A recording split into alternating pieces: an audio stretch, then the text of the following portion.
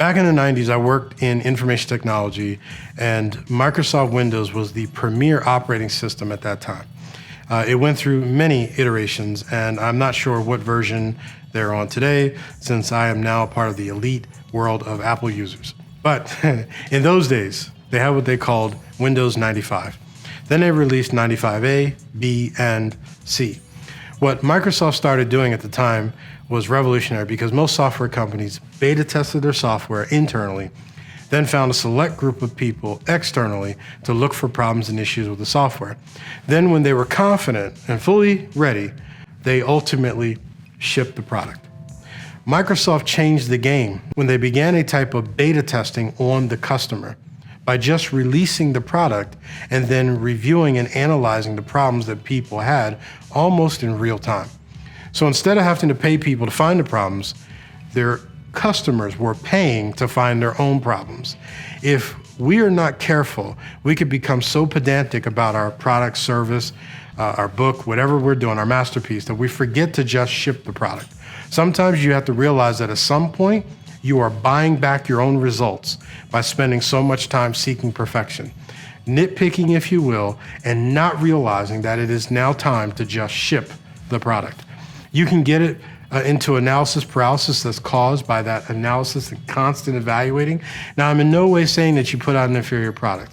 However, I am suggesting that you realize there's no such thing as a perfect product, and you must truly step back at some point and just ship the product. Some details and improvements can only come after you've released it. I've seen organizations go broke trying to perfect things instead of just releasing it to generate the capital needed to do a 2.0 or 3.0 upgrade, or in Microsoft's case, 95A, B, and C. See, by beta testing on the customer, it allowed them to get more accurate data and make the needed adjustments for actual users of their product. You cannot become so obsessed with your product or service becoming perfect, because in actuality, perfection doesn't exist.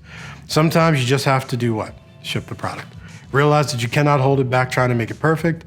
If we're not careful, it will never make it to the market, and you will be buying back your results almost immediately. You will reach a point of diminishing returns. Remember, when you calculate the profitability of something, you got to include the time it takes you to do it. Many people disregard time because there's not an immediate measure or quantifiable measure that we see on a regular basis. Let me explain. It's easy to account for money because you can look at the number in your bank account and we know if it's in the black or in the red, whether we are positive or in the negative. See, it's not so much when it comes to time. If you invest too much of it on the inconsequential, you deplete the valuable. See, that's why the Bible tells us number of days, that we may apply our hearts to wisdom. Why? So we can be wise in how we handle it. You have to manage the balance of getting things ready and not perfected, because much of your growth and development will happen after you do what? Ship the product.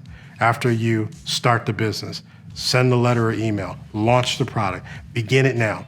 Scottish mountaineer and writer William Hutchinson Murray wrote this: "Until one is committed, there's hesitancy, the chance to draw back, always ineffectiveness concerning all acts of initiative and creation. There is one elementary truth, the ignorance of which kills countless ideas and splendid plans, that the moment one definitely commits oneself, then divine providence moves too. All sorts of things occur to help that would have never otherwise occurred. A whole stream of events issues from one decision, raising in one's favor all manner of unforeseen incidents, meeting material assistance which no man could have dreamed of would come his way. Whatever you can do or dream you can do, begin it. Boldness has genius, power, and magic in it, so begin it now." Powerful, huh? We must always know that when we come to the edge of the cliff, one of two things are certain: that when we leap by faith, that either God will catch us or he'll teach us to fly. Stop hiding your idea, your program, your product, your book, whatever it is. Sometimes you just have to do what? Ship the product.